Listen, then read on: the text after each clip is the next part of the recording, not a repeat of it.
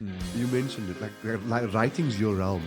Yeah. It's something that your personality's kind of developed around it and within it. Like mathematics, for example, is not my realm. I know that and I understand that. For some people, it's pretty straightforward. Yeah. Their equipment is set up and calibrated for that kind of thing. For me, it's about comedy. I've always had the ability to make people laugh. It was used as a defense mechanism at the beginning.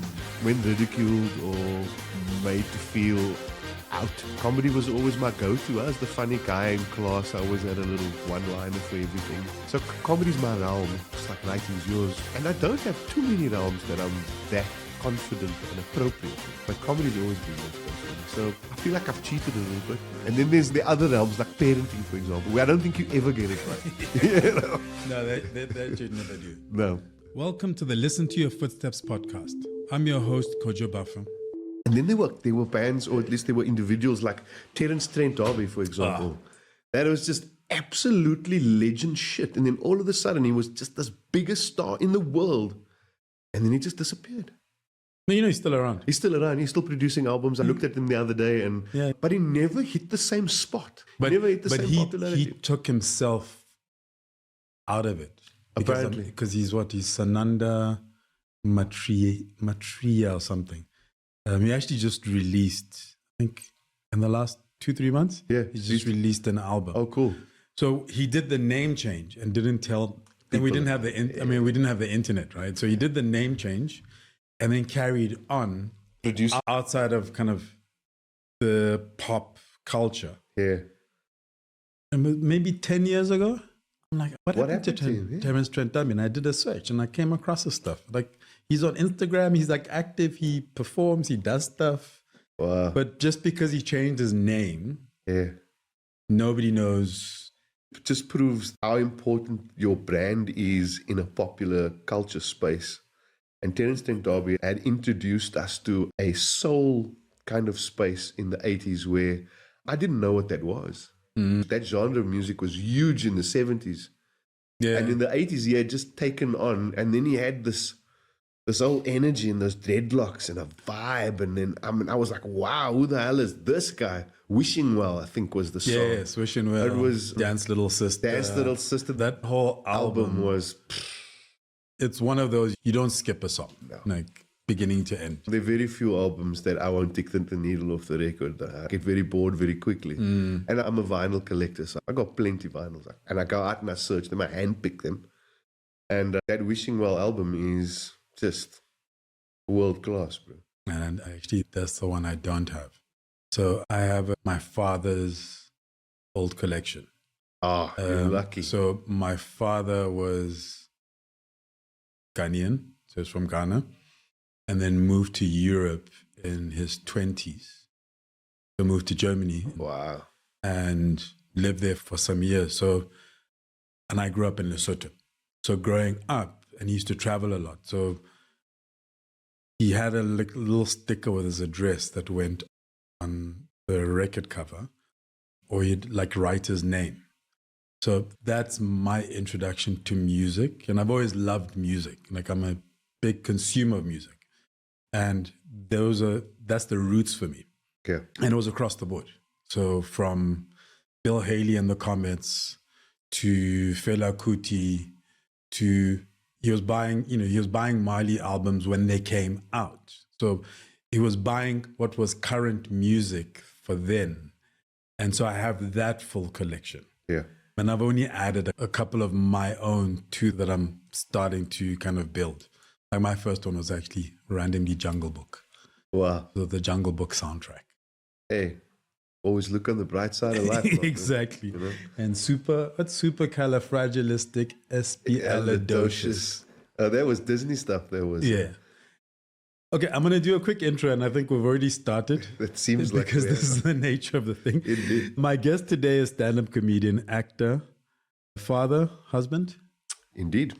Kurt Schoonraad. Welcome. Thank you very much. Now we can carry on talking about the music. So for me, my dad was a bit of a 70s hippie, an alternative that didn't fit into the environment that he lived in. Okay. Of course, colored.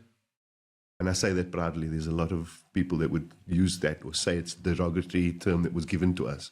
But it's the one I identify with. I've had it my whole life. And it's the community that I come from. My dad was a Uriah Heep, Deep Purple, Janis Joplin kind of guy that grew up in a Earth, Wind and Fire space. Wow. Nothing wrong with that. Yeah. I still love Earth, Wind and Fire. I'm a big fan of like 70s funk. I collect a lot of that kind of thing. But my dad was that alternative cat, you know, in the space that I grew up in. Just like you, I've managed to pick up a lot of the albums that he had. And they're most probably some of my most treasured possessions now. And, you know, my dad passed away about 5 years ago. And so more and more as I get older, I realize and I respect what he has done, what he's done for me and my family and my community. And so it's cool to be able to interact with him in that way. What were some of your realizations? My father passed away when I was like 45. And I became grown enough to recognize that he was doing the best that he could. You know, when you're young, I rebelled and, you know, I used to get irritated or pissed off because I can't do this or because of the boundaries that are put in place. And then growing older and kind of looking back and having kids now where it's like, you know what? Like I have whatever, you know, little anger or bitterness or tantrum, you know, the residues of tantrums that existed are totally gone because I got to recognize him not just as my father, but as a man navigating the world. Wow. Parenting is hard, bro. Yeah. It's tough. Yeah. And like you said, when I was growing up, I was irritated about the stuff I couldn't do because of my age and the boundaries that were set in place. And it was just my parents trying the best they could to keep all of it together. I think also there's certain age groups where you shouldn't be allowed to do exactly as you want because those boundaries are important for you to grow and understand yourself and where your boundaries are. Absolutely. And what you shouldn't be doing, whether the people are around or not, you know. My dad famously said, morals is what happens when no one's around. Yeah. No one's watching you. And those were deeply set in through my parents. The things I remember most is their very, very steep work ethic. You do your shit, bro. You got to do your stuff. You got responsibilities in a space and you got to do it. And it's the kind of thing I try to impart with my kid who's 15 years old right now and was probably in the hardest part of that adolescent space where he's pushing all the boundaries. My missus is not coping with it as well as I am. But then also I live on the road a lot of the time. So Yeah, so you actually don't have to cope all the time. No, not all the time. But when I do cope and when I'm in the space, I try. Someone once told me that when you're driving around and picking this guy up and dropping him off at his friends and scooping him up again and 2 hours later, and it's irritating and frustrating. So there's going to be a time when he's not around anymore. There's going to be a time when he's grown up and he's doing his own thing and he's got his own friends to hang out with and own families to start and girlfriends and the like. So I said, you're going to miss those things. So I try and remind myself about all of that right now. Just before my son was born, I spoke to a mate of mine who's got 3 kids. And in a modern space, 3 kids is a lot, bro. Yeah. So I asked him, what's your advice? What kind of advice can you give me about this dad thing? And he said, bro, just be present. Just be there. He says, you're going to get it wrong, certain things. You're going to get a lot of them right. But he says, the only thing that you can do is be present. Don't be afraid to apologize if you've got it wrong. And the rest, you just kind of wing. Yeah. I think we're winging it all the time. And the apologizing part, I still haven't got that right. But the reflection on what I'm doing wrong, and it's usually right after I've done it. And then you kind of go, oh, I shouldn't have done that. And I would say my hope is that, you know, every day I do it a little bit better. I mean, you talked about your father as a hippie, coming from the space that you came from, the time that you came from. What was it like growing up as his son? Wow, that's a great question. So we grew up in a space in Mitchell's Plain. That was nothing wrong with it. It just is, it was what it was. We grew up in a very kind of traditional colored space, big roasts on a Sunday, doilies everywhere, that kind of environment. And it was kind of a cut and paste space where a lot of us shared the same ideas, the same ideologies, the same furniture, the wagon wheel couch and the wagon wheel vibrate fence up front. You know, I'm trying to sculpt the scene. Yeah. And then there was my dad who challenged me to think a little outside of the box. He made me listen to music. And, you know, he wasn't even telling me, I want you to listen to this music. He was just playing it in the background all the time. I was acutely aware of me and Jimmy McGee with Janis Joplin and Bob Dylan's storytelling and Uriah Heep and the rock stuff. Led Zeppelin was part of our daily routine, you know. I didn't think of it as different because it wasn't different for me.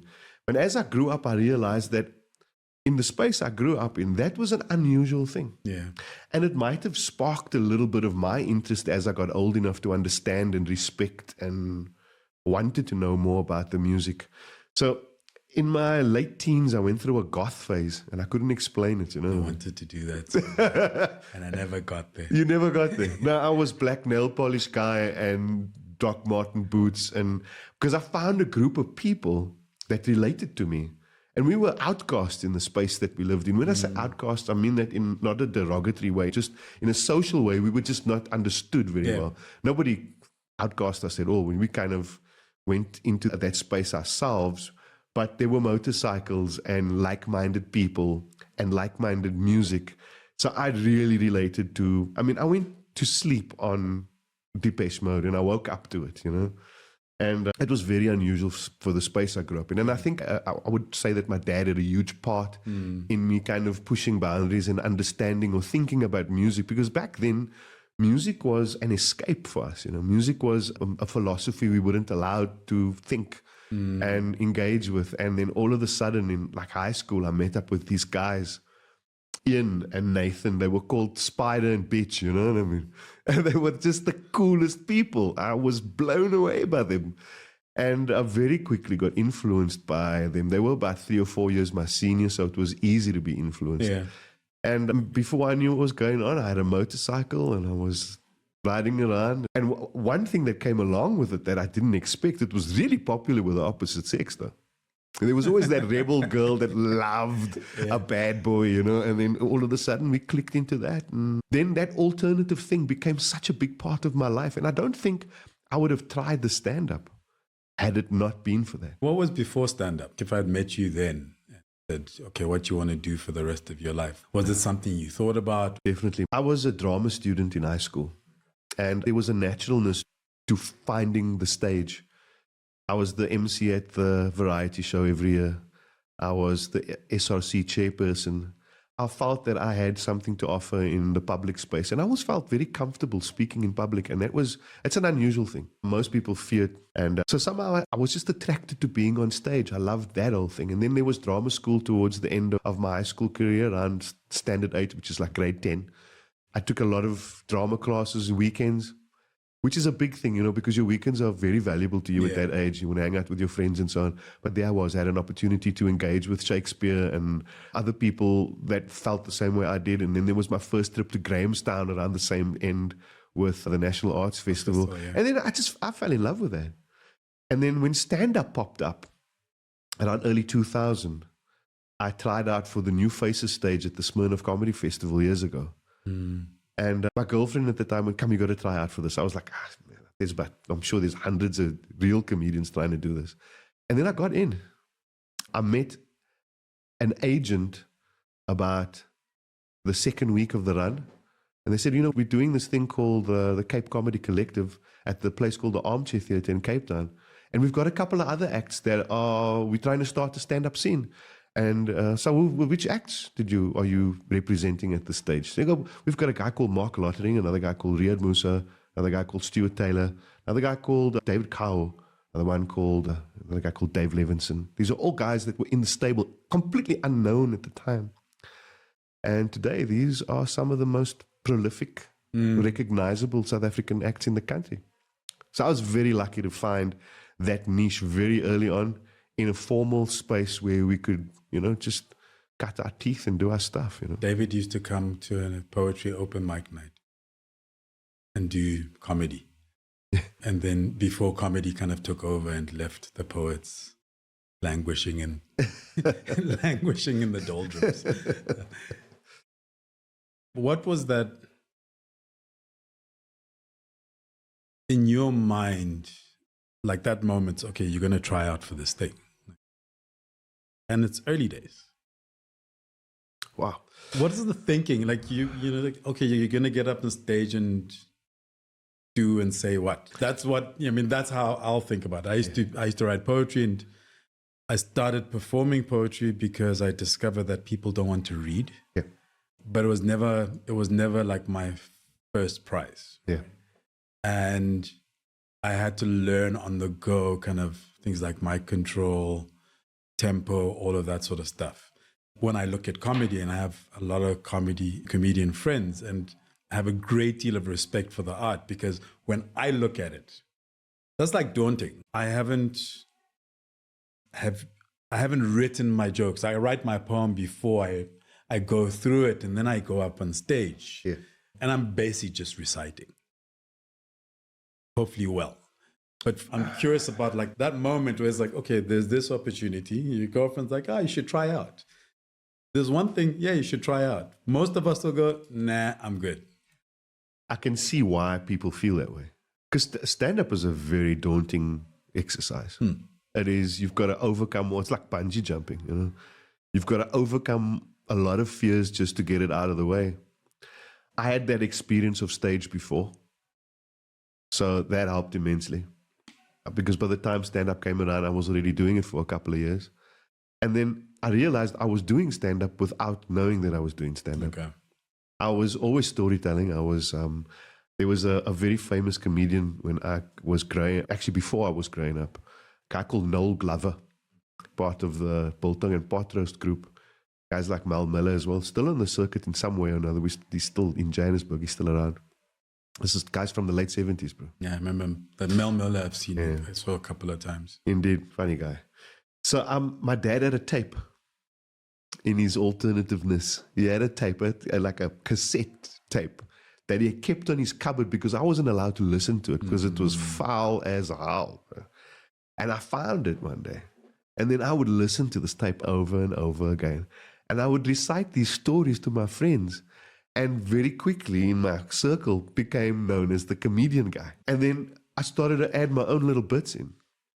So when I had a tryout for the stand-up show, I had already written a piece about where I come from and why I think it's not fair to stereotype us colored people. And these are the stereotypes and why it's wrong. And that's the piece I used to try out. And I got in based on that piece. I had a little bit of an advantage. I cheated a little bit because I've had 2 or 3 years experience on that piece of material before I actually did it the first time in front of an audience. So I think I was very lucky to be in the right place at the right time. But stand-up is a challenging thing. And here's the thing about it, is the name and the reputation kind of precedes it. And it's not as difficult as it seems. But then again, I guess, I feel like stand-up chose me, not the other way around. Yeah, I mean, the fact that you're saying is not as difficult as it seems. We all hopefully have spaces where something seems relatively straightforward and you can't understand why somebody else may look at that and go. So for me, writing is relatively straightforward. Like I've done a lot of writing over the last 30 years. So if I have to write an article or a column, I'm just like, yeah, okay, cool. So once I find my idea, I just sit down and I hammer the thing out. But when I look at comedy, I'm like, okay, that's a different type of hammering out, and I'm not interested in that space. I think it's about realms, You mentioned it, like writing's your realm. Yeah. It's something that if your personality's kind of developed around it and within it. Like mathematics, for example, is not my realm. I know that and I understand that. For some people, it's pretty straightforward. Yeah. Their equipment is set up and calibrated for that kind of thing. For me, it's about comedy. I've always had the ability to make people laugh. It was used as a defense mechanism at the beginning.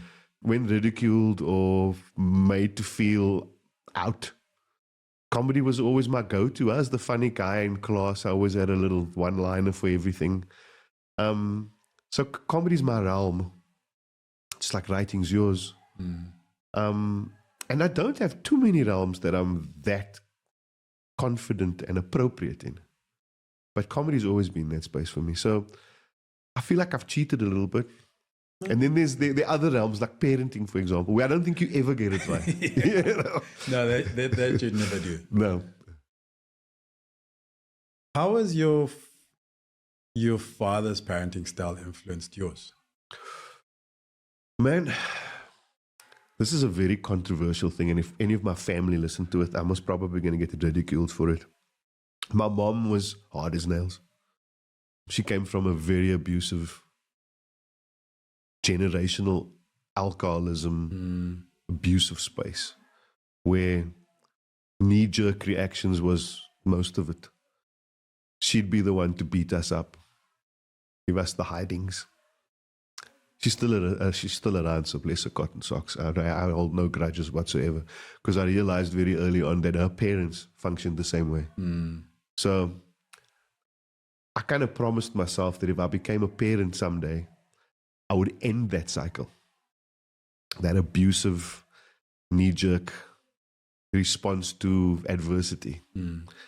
And thank God, touchwood, I've never needed to reach out and lay a hand on my kid.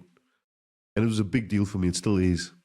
Because it was also quite normal in the 70s to get a hiding, you know? Yeah. It was normal. I mean, you're in the same age group as I am. Normal. There was nothing that stood out about it. But it's that cycle of making abuse benign. Yeah. That I find myself now very conscious about certain things based on that abuse. Very cautious about approaching things that I would have been, I think, normally very open to. So I'm very cautious about becoming too much of a target in the public space. Or maybe that's the wrong choice of words. Let me try that again. I'm afraid of confrontation. Yeah. I'm not the kind of oak to send my burger back if it's not lekker. I'm not the kind. I come from a space where you roll with the punches, bro. You shut up and you move along. And I might have been a completely different personality had I been given the opportunity to put my hand up and go, I don't really like this. This is not my space. So I make excuses for other people's bad behavior all the time, and I find ways to deal with it. And I think my past and my history's got a lot to do with it. I mean, I'm not trying to blame anybody for it. It's just what it is. Yeah. I mean, This is what it is. So my dad was a very soft soul. He never laid a hand on us. When I say us, I mean my sister and myself. He was very soft, and he was the kind of lead from the front type.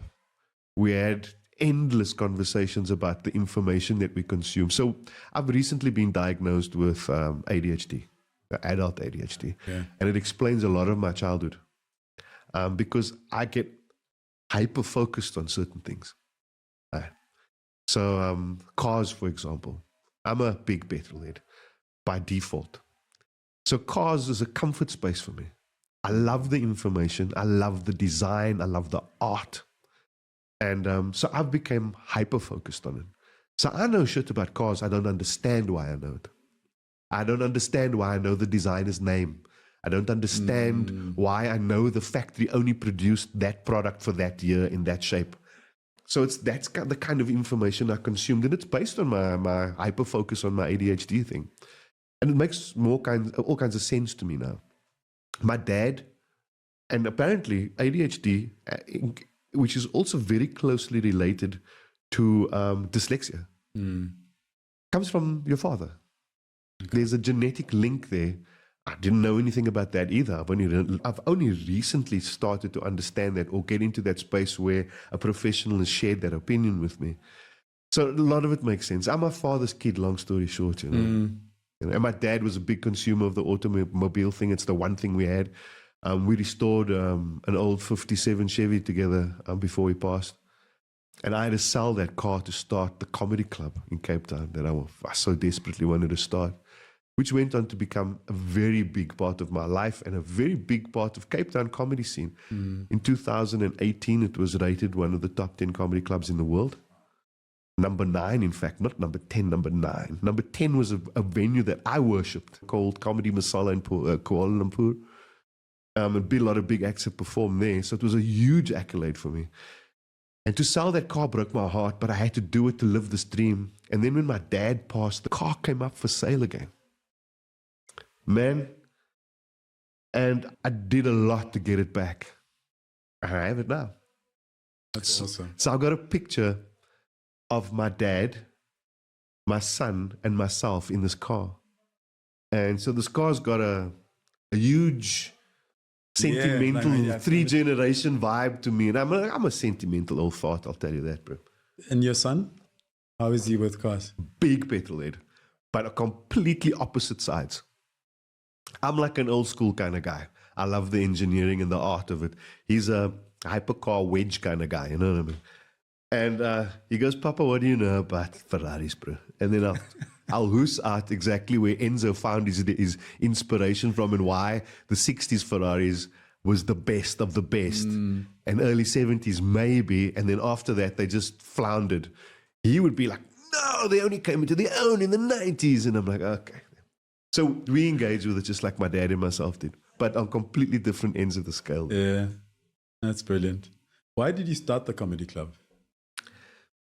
Man, there was a big need for it at the time. The Cape Comedy Collective had folded. There was nothing in between. And then I realized that for stand-up to exist, for me to have the stage time, very selfishly, for me to have the stage time to progress and do my thing, there had to be a comedy space. And then I started a thing called Yomasa Comedy Club. Okay. That became a big underground movement, which was fantastic. I mean, we would put 400 or 500 people in a venue every Thursday night. And Yomasa Comedy Club became a staple diet in Cape Town. People knew where to find comedy every Thursday night. It would be at the River Club in Observatory. And I kept knocking on their door going, come on, give me a Friday and a Saturday night, or one of the two, and I'll blow it out to the water for you.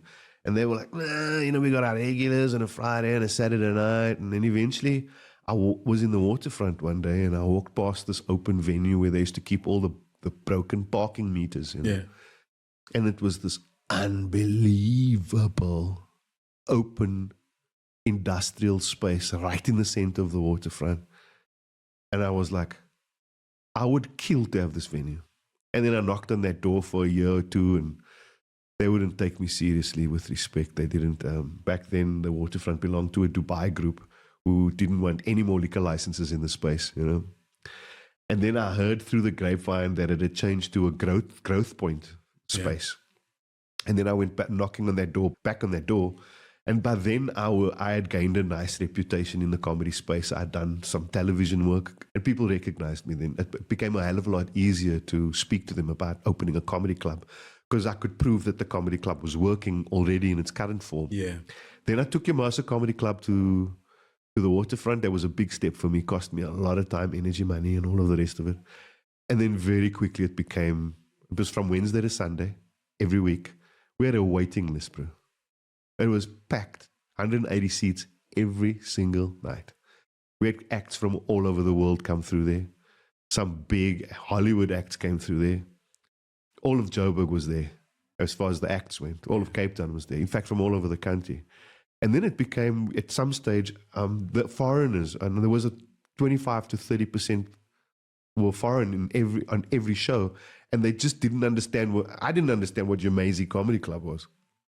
We couldn't explain it to them. It was kind of lost in translation. And then we had a meeting amongst our group that ran the place. We realized that having Cape Town in the comedy club name would have shortened its Google space and give it a higher hit rate. And it was a very business decision. Eventually, we moved it to Cape Town Comedy Club. And it was there for 9.5 years, bro. It was an institution that this country, for the guys that frequented it, they realized it was a big part of how stand-up worked. And then COVID came. And it killed it. It not only killed it killed just about every other stand-up club in the country. Yeah. So we had 3 stand-up clubs pre-2020, and now we've got none. Yeah, because Jason and them also... Exactly. Joe Parker also folded. Yeah, because it was at Monty. Yeah, I remember. Yes, and Cape Town Comedy Club. Those were the only 3 comedy clubs in the country. And then all of a sudden they were gone. There was none. And then there was this big vacuum, comedy vacuum, where we lost 2 tiers of comedy. We lost the entry-level guys and the middle-level guys. So the only guys that actually stuck around were the same old ninjas that were around from the get-go. There were 10 of us left. And of course, now there's you can't hold a good thing down. Before you know what's going on, there's little open mic nights here and there. And we've got a whole new generation of comics coming through. And there's some spectacular acts in there as well. How did you manage you're a comedian, now you're running a venue. Those are two different, to a certain extent, two different hats. And so, I mean, I know Jason and Donovan quite well, Nicholas to a certain extent, but what I realized with them is like Jason's the business mind. And because as a collective they each had a particular role that they were playing. The business side, like the boring, bureaucratic admin side was covered. And then Kate's behind the scenes. So I am curious how you then navigate. Now you're having to split yourself because you're running a venue and it's a business now. It was very complicated. And the truth of the matter is it was a blessing in disguise that the business folded. Because had it not folded, I most probably wouldn't have seen 50, dude. Honestly, I was burning the candle on both ends there. I was performing at night. I was the business mind there. I always have been. I've been a businessman. I've never had a solid job in my life. I've been an entrepreneur, been on the hustle my whole life. I had a t-shirt business before comedy. I had a courier business at one stage. All very small, one-man show type of stuff. But, it sustained me and kept me alive. Yeah. But I had a problem with having a 9-to-5 job. I never understood why I needed to pretend to be busy when I wasn't. I couldn't cope with that. And at some stage, I became a sales rep because that's the best entrepreneurial space I could be in. Because I actually work for myself through another company, but targets are mine. And once I reach them, just leave me alone, bro. So my missus, Katrin Bolander, who is a German national, we met here about 25 years ago. And she's the center of my universe. Had it not been for her, I don't think I would have been able to do it. She's the logistics person. She covered all of the bases. She took care of the corporate gigs. She took care of the marketing. She took care of that stuff. Then I had another person called Des Mackay, who was a big custodian of South African comedy. She was my Kate Goliath. She took care of the bookings and the comedians, and relationships with comedians are very important at that stage. And then towards the end there were 36 staff, Wow. And it's 3 different businesses. Most people don't realize this. There's the theater business, and that employs 10 people on a night, including the 3 comedians and the club manager and the sound and the lighting technician and the spotlight operator. Then there's the restaurant, which I didn't really want, but it comes with a liquor license, bro. And then that business comes with behind the scenes staff, grillers and chefs and waiters and managers. And then there's the bar, which comes with another group of people. So there's 36 people working in that space. And I was performing at night as well, because this was all about stage time for me. But what I did was, and I'm a little bit sore about it, is that I sacrificed a big part of my career for it, to help young comedians out, to help foster business in an industry that I felt that there was a certain group of people that I found were anti-Kurt after that. They thought I was making millions, bro. They thought I was taking the piss out of it. And I was scoring all kinds of deals that I wasn't scoring. The truth of the matter is, running a theater is difficult. It's hard as nails. I wasn't shooting the lights out. Yeah, there were months we were shooting the lights out, but that had to compensate for all of like February, March, April, where there was nothing going on. Yeah. So we had to be very careful and very cautious about how this business, but thank God I had good business bones. I still like to believe that. I'd still love to own a small pub that does stand up in the future. There's a time and a place for that. Right now, I'm on my own horse. I'm doing my own thing again. And I'm absolutely loving it. Absolutely. Would you say that possibly, I mean, because I also, no, but I mean, I truly believe that experience will make certain things clearer for you. Oh, absolutely. So there's never really any regret, because it's like, sometimes you don't realize it at the time. Then down the line, you kind of look back and go, oh, that's why I I went and did that, and it wasn't as pleasant, but I can now make this decision today because of that experience. So my question is, would you say that that experience reignited your drive and your commitment and your intention with your work as a stand-up solo? Great question. So yes and no. Let me give it some context here. So as an act, as a business owner, as a stand-up comedy promoter, for example, I would never have gotten over it had I not done that business. It was a big tick on the bucket list that I had to do. I wanted to start one. I thought there was the right time, the right place, and then I had the right venue, and everything matched. The planets aligned, for lack of a better term. Right? So I had to do it. At huge sacrifice to myself and my family. And when it folded, there was a mourning, there was a feeling of absolute loss. Where, man, there were times when you're like, I don't know if I'm ever gonna get out of this because it feels so shit right now. And somewhere along the line, I recalibrated my instruments and found out and realized that this is just all part of life, bro. This learning curve, taking care of yourself is an important thing.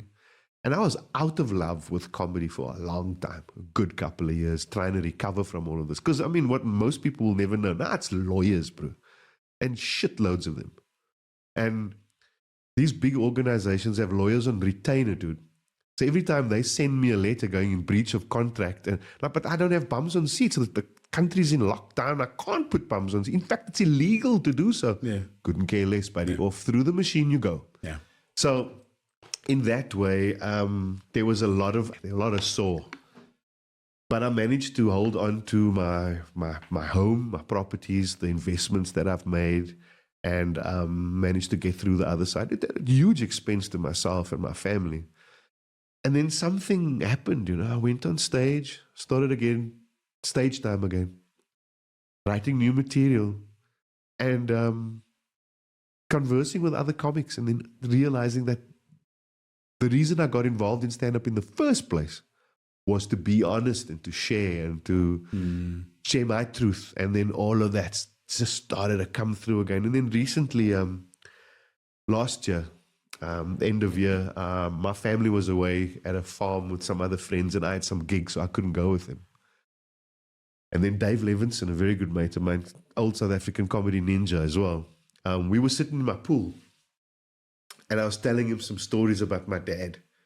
And he's like, bro, why isn't that on stage? I said, but that's personal. I can't put that on stage. That's just like what really happened.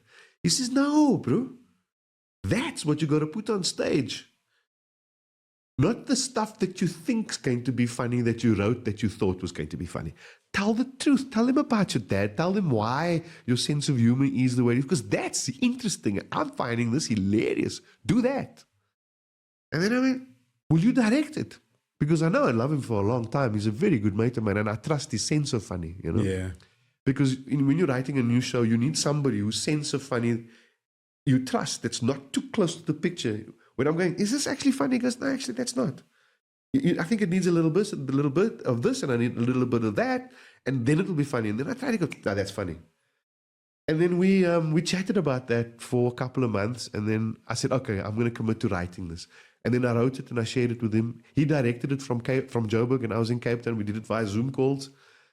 And then the first run of it was in May this year at the Baxter Theatre, which is like, it's weird because it's the first place I did my first one-man show 20 years ago. So it was like full circle for me. And I remember being backstage on press night, because now, bro, it is chock-a-block. The room's full of comedians.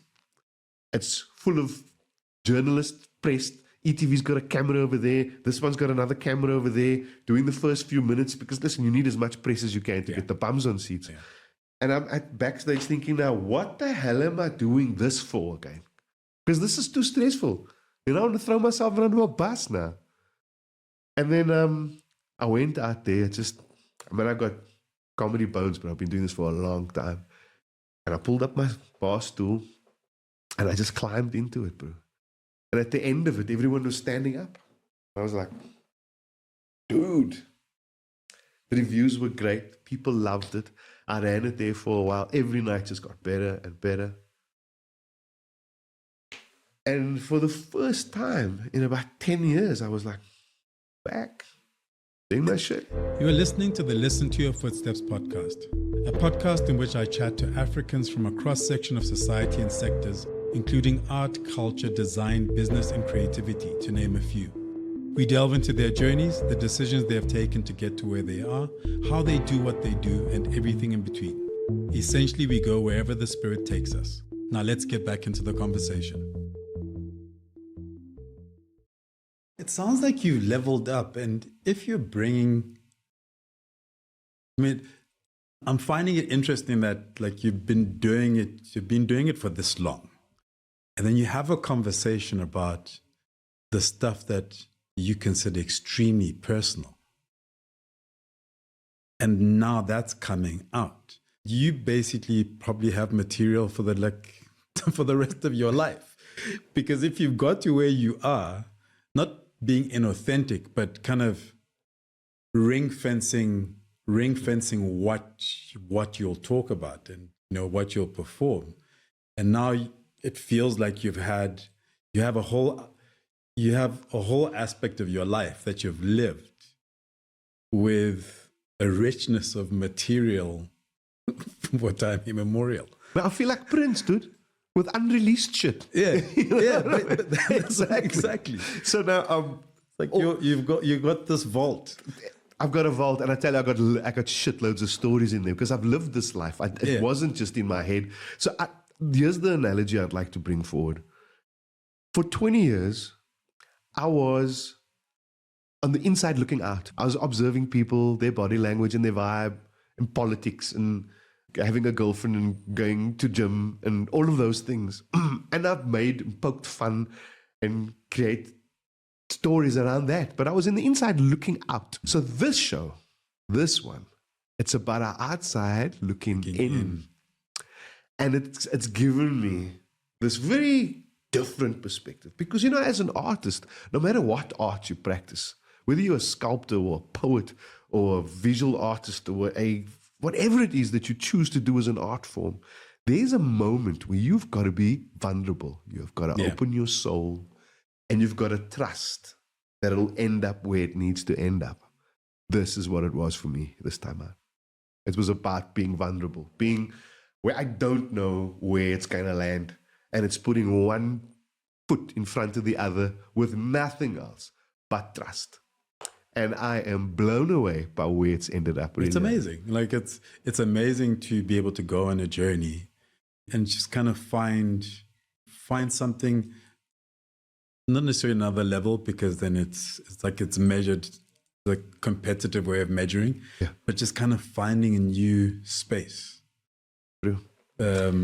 Which for me just sounds like, as a human being, it sounds amazing, because I think a lot of us are looking for that. A lot of us are looking, particularly at our age now, where I spend time kind of going, like I've been doing this thing and I can do it, and I'm going through the motions to a certain extent, and I'm thinking about, okay, what's next? So I have a podcast, or I do writing for clients. Okay, what's next?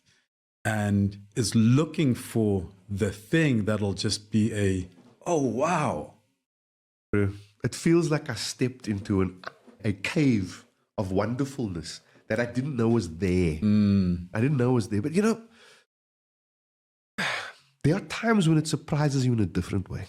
So a few years ago, there was a show it was a BBC spin-off called Who Do You Think You Are? It was done by Mnet. And I was chosen as one of the South African celebs to feature in that show, where they literally go into your family tree and your genome and where you come from, really. And a lot of the time, it's a surprise to the celebs and the likes of. My agent approached me with this and said, okay, would you like to do it? I said, yeah, like a free press, bro. National TV, why not? Sign me up. Bro. That one decked me, dude. It took me months to recover from that. I found out shit there that I didn't know was there, guy. So we found out about my family tree. I found out that I had an English ancestor and an Afrikaans ancestor. So the Afrikaans ancestor married a colored woman and was disowned from his family. So he lived on his own with his wife, a colored woman. And his father and my other great-grandfather, Campbell, was a tailor. They both got killed in the same battle in the Anglo-Boer War. And they're stuck days apart. So now you go, hey? I had no idea I was even involved in that. Then my grandfather died very young, at like 33 years old. He left my grandmother with 3 boys. He owned a big chunk of land in Cape Town, and it was confiscated from her. I used the inverted commas here. Slowly, because she was a woman in the 50s and 60s. She didn't have any rights then. Colored woman. Then I find that I've got ancestors or cousins that live in Cape Town that are now like huge jewelers. Very, very rich people. Well, they share the same surname. I will never go there. It's none of my business. Interesting to find out. Then I find out that my grandfather, who died, we were told, because he was over anesthetized on a appendectomy. He had an appendix issue. Yeah. In the formal, we go through the archives, the formal cause of death is TB. I'm like, BS, TB. My grandmother was the most pedantic person I've ever met in my life. Had he had TB, the other people in the house would have had TB. She would have known about it. So to me, it was a big cover-up. Yeah. Somebody effed up, and they over-anesthetized this young man, and he died. So now you find that shit out. And while I'm doing all of this, I find that my missus is pregnant, bro. With my son. Dude. So this free press thing turned into one hell of a life-changing exercise, bro. A mild existential crisis. No, a very serious existential crisis. All of a sudden, I needed a support group, bro. Yeah. I mean, it's interesting. I mean, we talk about ancestors because my mother's German. And I have pictures of my grandfather in Russia during World War II. Wow. And I think he got married in uniform. And from what I understand, there was estrangement between my mother and my grandfather because of my father. Because you're talking, what, late 60s? Different world then. In Germany. Oh. And she's now going out with an African man. So I used to joke when I did history at school, and you do World War I, you do World War II. And I'd be like, yeah, my grandfather fought in Germany. And people go, oh, okay. And I'm like, yeah, on the losing side. And it's like, what do you mean? I'm like, yeah, my grandfather was German. And he fought on the losing side. And it took me a while but also because I knew it from young, it kind of, it had no real impact on like my sense of identity and my sense of the world. But I also grew up very separate from that side of the family. Very random question. I was looking at your Instagram and I was seeing that you sent, your son had gone on a plane to Germany alone for the first time. Yes. How did that go? Very well. He's a very independent man. I'm very proud of him. Jack is, so he's a downhill racer. He's into this down the mountain thing on a bicycle I couldn't possibly afford at like 70 k's per hour type of deal. And he is in the Western Province side, so he's a very serious racer. He wants to do this for a living at some stage. Whether that materializes or not is unimportant to me. I encourage it as much as I can. So there was this big meeting in Mouzines, France, in the French Alps there, because it literally is a ski resort during winter, and in summer they've got all those lifts that take you right up to the mountain. You get to go down. And he really wanted to go there with his mates. And because my missus has her parents still live there, it was a no-brainer for us. She could go and visit her parents. My son could ride the downhill courses in Muzin. And that's what that was about. Like I used to get shipped. I used to get shipped off from the age of like 5, 6 years old. I'd be put on a plane alone from Lesotho. Jeez, bro. To relatives in Germany, who most of the times I didn't even know who was picking me up. Jeez. And the last trip I did, I was probably my early teens. So when I saw that, because I was researching. I'm very impressed. Well done. I was scrolling your Instagram, and when I saw that clip, it just kind of gave me flashbacks. Because I mean, also as a 9-year-old, you've got this pouch. Nobody talks to you. Everybody engages with the pouch. And Exactly. you're handed off from one person to the next person. And even though I've gone through that experience, for me to put my children on a plane alone, Man. I still haven't gotten my head around it. You know, I try and challenge young Jack as much as I can. I try to put him in situations where we practice his independence. Put him in places where he needs to learn how to take care of himself. I think a lot of the time we don't give our kids enough credit. Also, we don't give them enough space to learn things. We spoon feed them. The last thing I want is somebody who's inadequate at self-preservation, you know. So I want to give him the opportunities, as many of them as I can. And those of independence, listen, it hurts that I know that soon enough he's not going to want to hang with me anymore. But it's inevitably going to happen. He's going to want to hang with, especially once they get a girlfriend, bro. That's it. See you later, guy. And that's fine, and it's part of the course. But we've got a great relationship. I'd like to believe it's very similar to the one I had with my dad, where we talk a lot. And he tells me, "Oh, Papa, I can talk to you about anything." And that's great. And there's some stuff where we try to start a conversation. He's like, "I'm not willing to talk about masturbation, bro." That's the line. Okay. And so, but I mean, everything's open for discussion here, you know. And the thing is that if I know this for sure, he doesn't belong to me. He comes through me and through his mom. The best thing I can do is equip him the best I can. Absolutely. For him to be as independent and self-sufficient and a proper mensch on that side of things. And sometimes it's not easy. Yeah. Sometimes I'm going to tell him, "Nah, bruh, I can't allow you to do that." So especially this thing about feeling guilty that he's not living up to my standards, I'm very cautious about that. I try not to set the standard where he feels like he has to be guilty on my behalf. Where it's okay to not reach the goals that you set out to from the get-go. Some of them are okay, just to keep trying all the time, keep moving forward. And I think too many times we put too much pressure on our kids, bro. Or no pressure at all.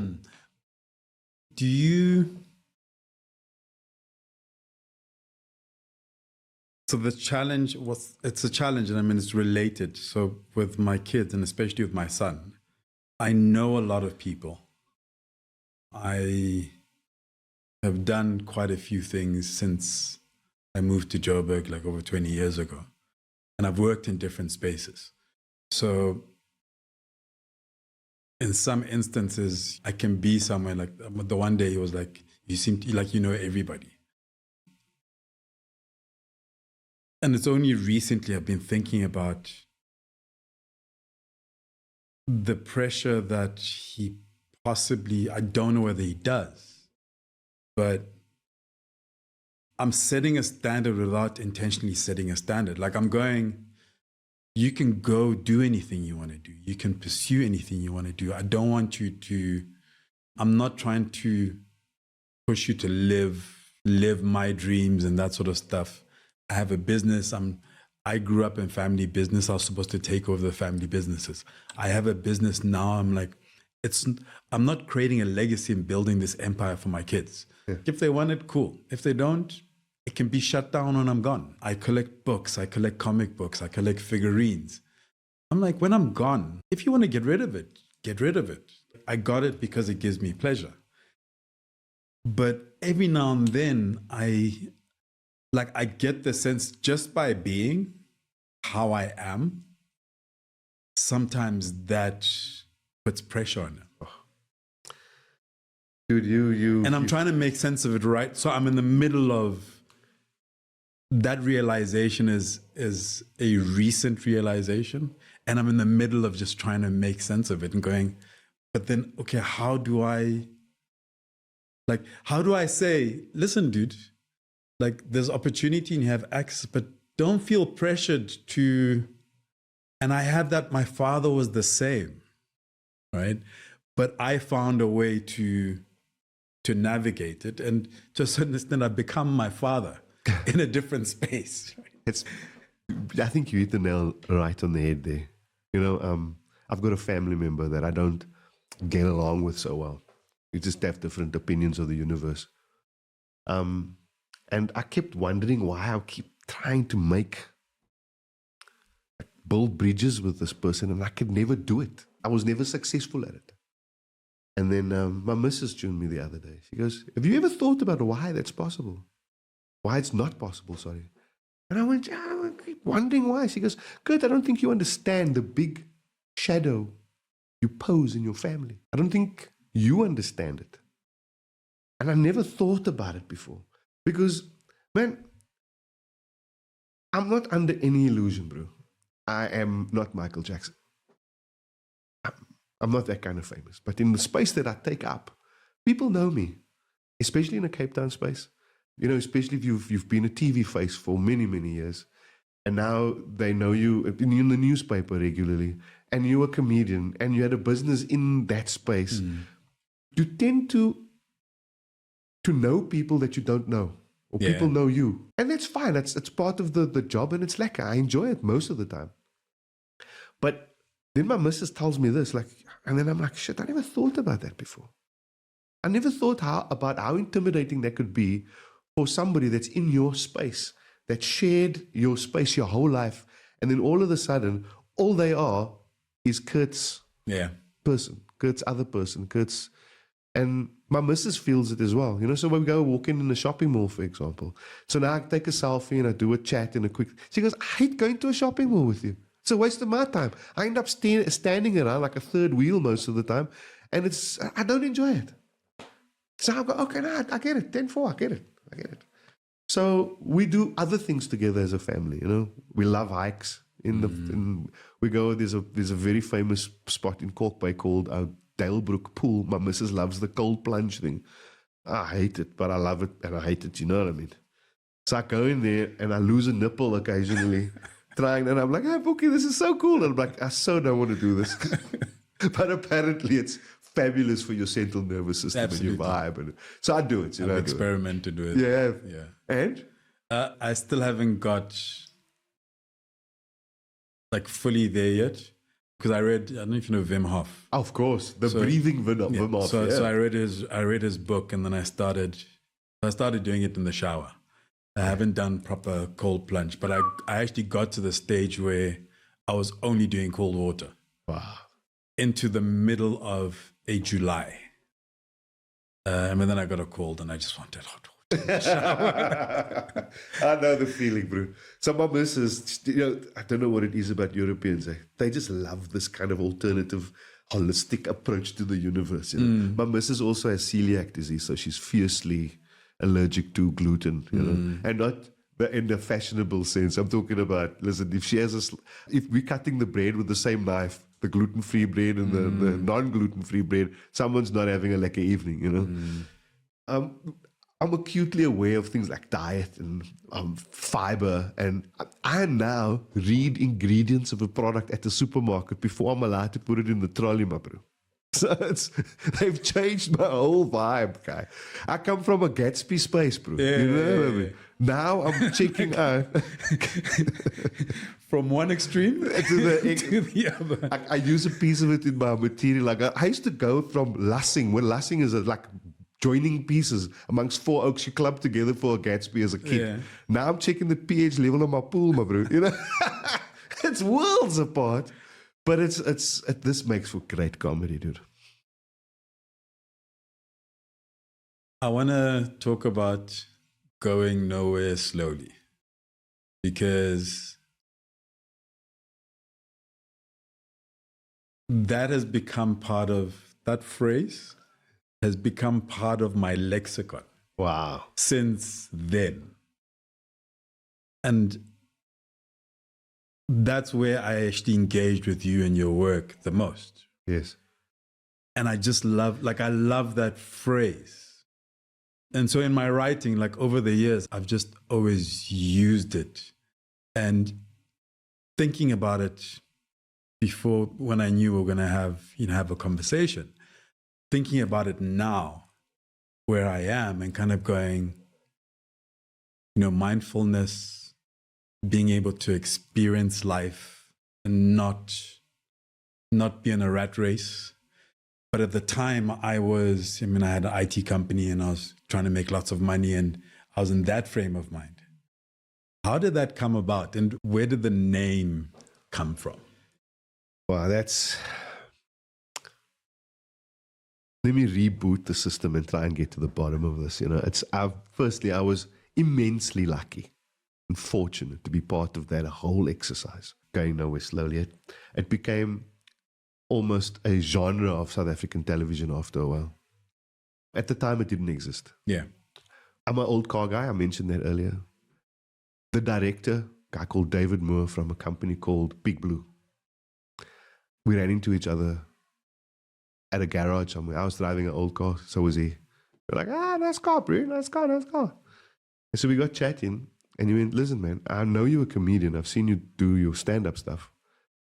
I'm shooting a pilot for a new show. I'd love to get you involved. We swapped numbers. He gave me a call a few days later, and he said, do you have some time 2 weeks from now? We're going to go to Hermanus. I've got an English comic, an Australian comic, and yourself. We're going to shoot a show called, the working title is Going Nowhere Slowly. It was all his idea. And I went, yeah, okay, cool, let's do it. I got nothing to lose. So we shot pilot. And it sat on a shelf for about almost 3 years, bro. Nobody wanted it. We went to all the television stations. We all tried to help sell it and get it in the right place. And everyone went, it'll never work. And then it slipped to the back of the memory and on the back plate of the stove, so to speak. It wasn't even sizzling anymore, or it was cold, ice cold.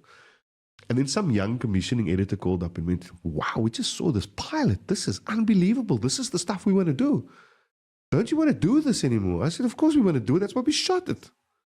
And we got together, and a week later we were on the road shooting the first season, bro.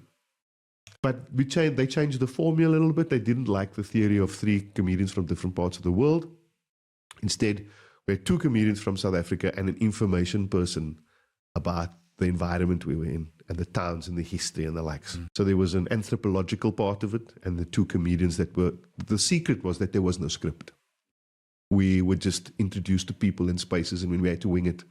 And there are no better people in the world for that than stand-ups, And remember, keep in mind, this was pre-Top Gear. Yeah. And that's what became special in the Top Gear space. It was not scripted. These people, and most people think it's a car show, but it's not. It's actually a lifestyle show. Yeah. The cars were just a vehicle. Ewan McGregor with the motorbike. Exactly. I watch the Tour de France every year. Me too. What's beautiful about it is you get taken on a tour of France, and you get to see the old churches and the history and the vibe and the topography and all. Yeah. So it's the same thing. So going nowhere slowly. I left quite a skeptic, actually. I was like, I don't know if we've actually got enough shit to shoot here.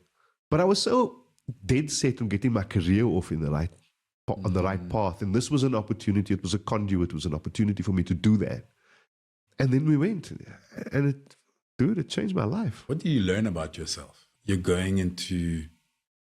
I'm sure not every space was pleasant. No. Particularly within context of this country. Dude, I remember a space where the cast and crew of color were not allowed to use the toilets.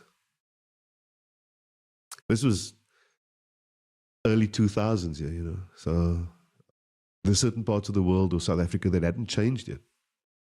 And there were days where I'm also fiercely arachnophobic, I don't like spiders. I can't explain it. I use it as some material. I said somewhere in the past, some ancestor of mine had the polony scared out of it by an arachnid somewhere. And I can't explain why it makes my palms sweat and I want to run, bro. And man, we ran into spiders the size of small cars, you know what I mean? And I had to deal with all of that crap. But in that whole process, the learning curve for me was I found out that I was a people's person no matter which people they were. My real talent is people. Comedy is a part of that. Yeah. But my actual talent is communication. It's people. Learning, interacting. And it's such an important thing. I keep telling my son, you can't be communicating effectively if you're talking all the time. Yeah. Because for half of it is about listening. And I encourage that kind of behavior from him. It's like, listen more. And part of it is even watching. Exactly. Just observing, consuming, understanding. Because, there's a whole lot of non-verbal communication that cannot be hid. I mean, I don't know if you know what NLP is. Yeah. So neuro-linguistic programming is a very powerful way to understand the human condition, It's not flawless. It's not perfect. But it does give you an insight to how people behave in an environment, and what triggers them.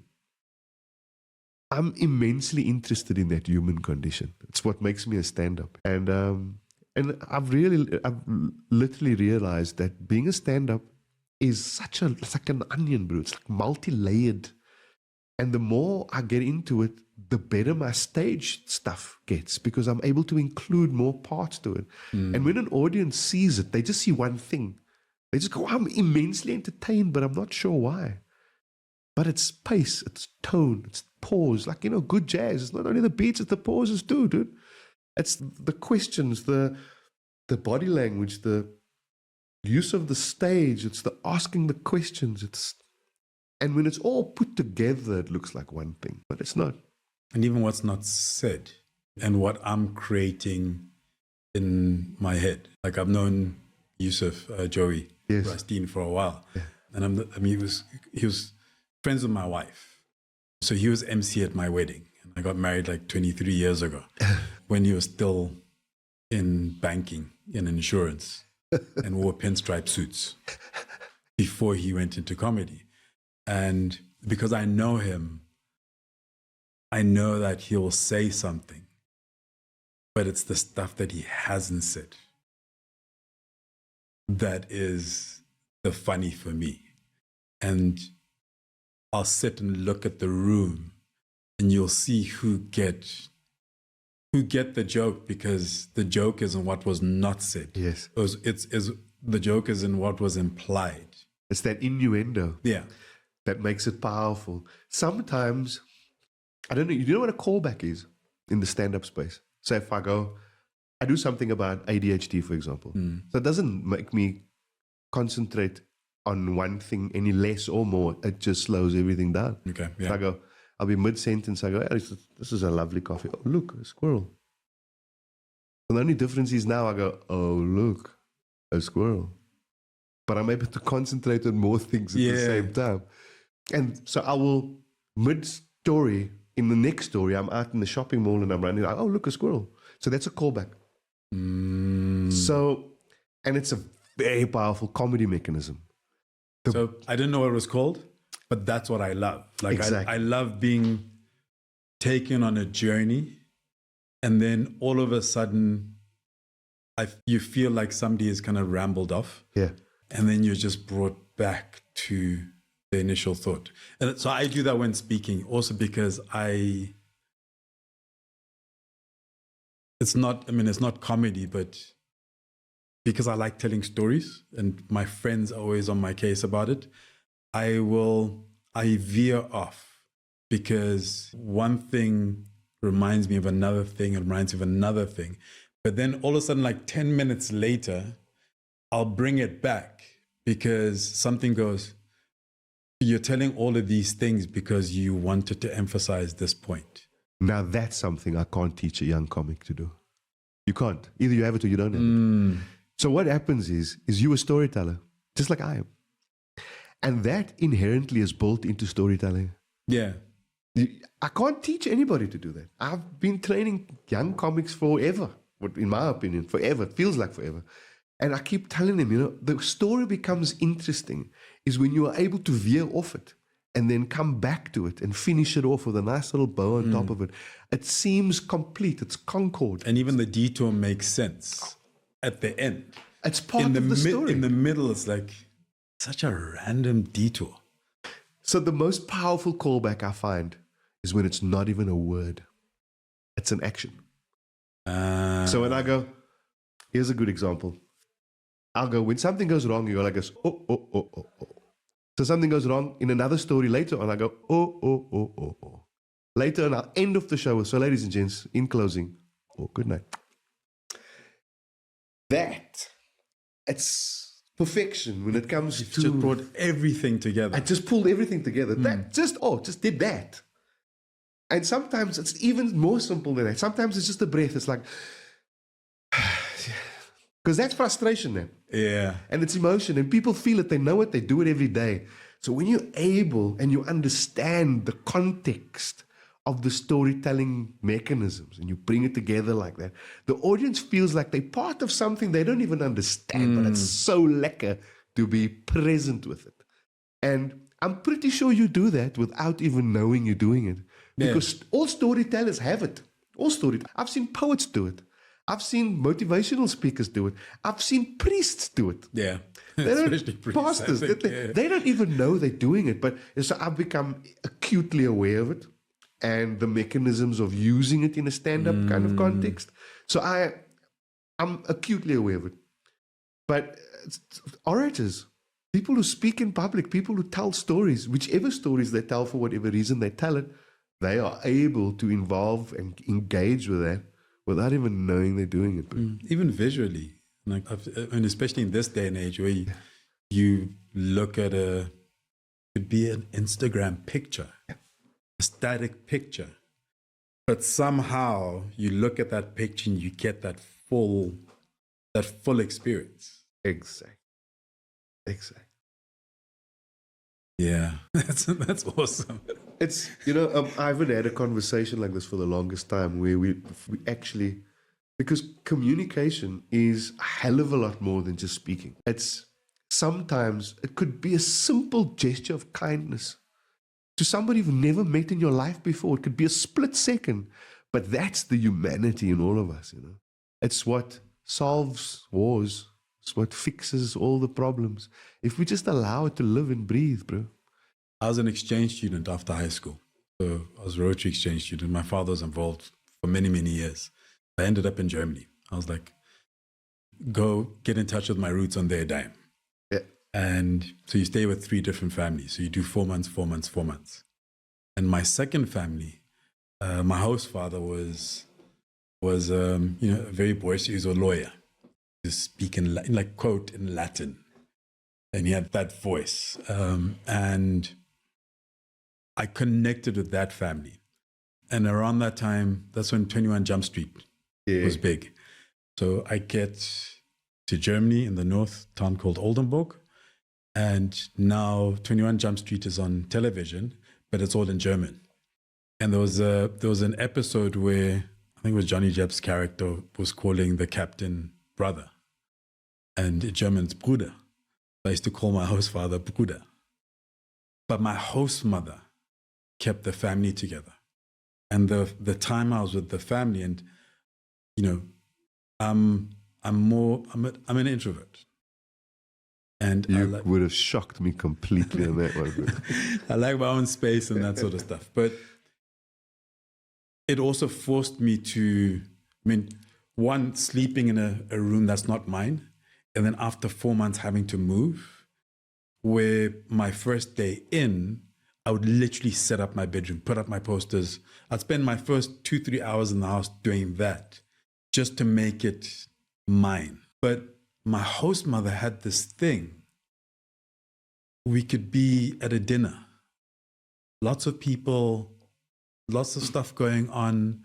I'm sitting at a table with all the German men. I'm an exchange student, so I need to be in my best behavior. And she would look at me across the room. And that look was my home. Like it was like and she'd always do it when I'm getting to the point where it's just like, this is a lot. Like, you know, I've code switched. I'm performing, but now I'm tired.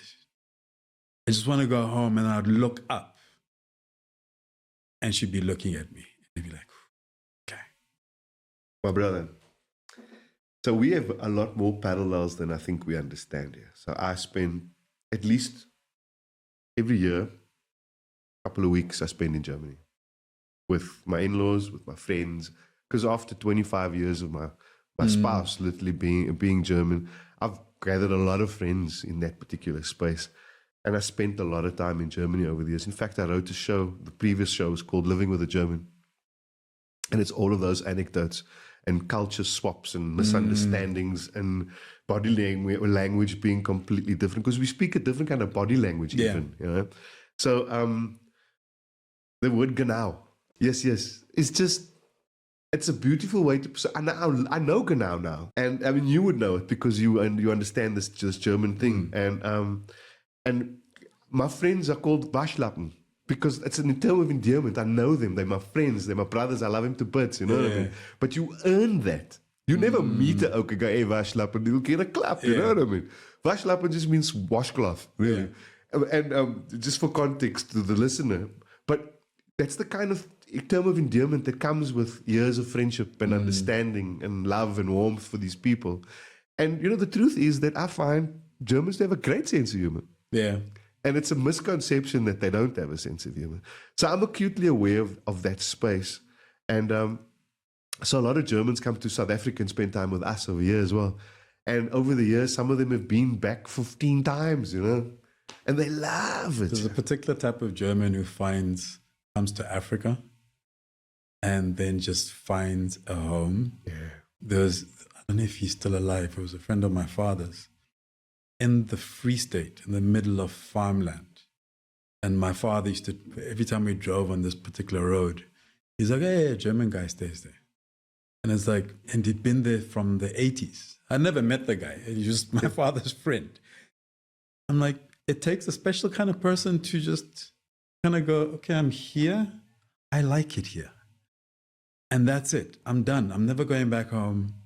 So for all the history, like there's the other side where it's just like you find these people who just kind of find a home in a space that is supposedly not rigid. And I never, other than as an exchange student, my mother passed when I was 1, so I didn't live with my mother. Really, bro? And I've lived outside of, like I lived in Lesotho my whole life. So other than a year in Germany, but when I went, there are things that are very German about me. And one of the things is, like things must operate a particular way. Like you can't be. You know, my missus, we had this conversation just a few years ago. Look, why did you end up settling here other than the obvious? Well, and she had a very interesting take on it. She goes, and let's be honest, German people, they do have a sense of humor, but they're very straightforward. Very straightforward. They don't mince words. South Africans, she says, Germans play the situation, not the person. So if I have a problem with you, with what you've done 20 minutes ago, I'll come to you and I'll go, you know, I don't like the way you are tackling this over here, and perhaps we could fix it, yeah? And then we'll sort it out. And then we will be fine. We'll be able to have a beer later and everything's cool. South Africans take things very personally. So if I don't like what you've done, I don't want to speak to you ever again. Klaar gelag dan, my bro. Now, Germans don't function like that. They don't feel the same way. So I go, why did you end up living in this society? And she goes, South Africans are very sincere creatures. We live with our hearts on our sleeves. You know exactly how South Africans feel about things. We also, there's an interest with South Africans. Then it's different than Germans. We like the 5-year-olds at the 8-year-old birthday party. We're just happy to be there and involved, you know. And I thought, oh, that was a very interesting take on it. And she loves South Africa. She loves the people. She loves how things are quite simply solved in South Africa a lot of the time when it comes to a social space. Germany is a lot more complicated. It's a lot more emotionally driven, where South Africans are driven by happiness. You know, we're all seeking out for the relief, the open parts where we can live lekker. Yeah. And be gezellig and high five and group hug each other. Germans are very kind of about what process is required to do it and who's going to be responsible for it. And listen, things work in Germany, dude. I'm preaching to the choir here. But when the schedule records is going to be there at 3 minutes past 8, bet your bottom buck, China, it's going to be there at 3 minutes past 8. It's there. Yeah. I mean, that's been years, but I remember connecting trains and having 5 minutes between, the train I'm arriving on and the one I'm leaving on, and being worried that I'm going to miss my train. And if I have 3 minutes, then it's going to be on the platform across. If I have 5 minutes or more, then that's enough time for me to come out, go down the stairs, find the platform, go up. But yeah. What's exciting you right now? Just in general.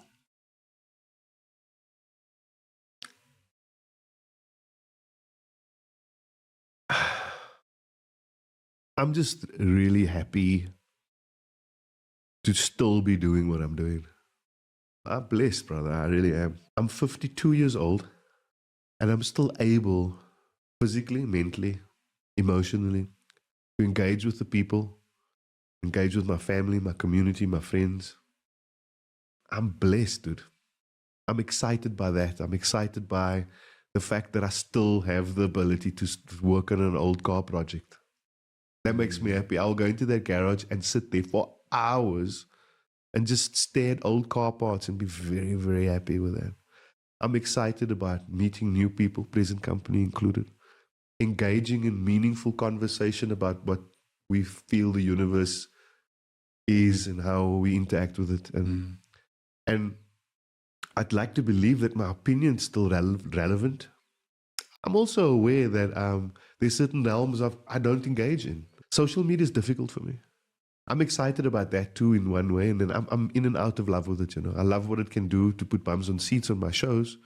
And then in other ways, I'm very frustrated with it because I don't speak the language. It's not my realm, And I'm learning, and it's like learning a whole new skill set. Editing a video irritates the polony out of me, bro. I hate it, but I love it and I hate it. And I'm still excited about being human right now. I'm excited about being alive. I'm excited about learning new things, being a father. Man, I'm blessed, dude. I really am. Thank you very much. No, the contrary. Thank you very much, my friend. Cool. Thank you for listening to this conversation. Please leave a review and subscribe. Check out the show notes for links to the guest, the podcast, and myself. I hope you enjoyed listening to the conversation as much as I enjoyed having it.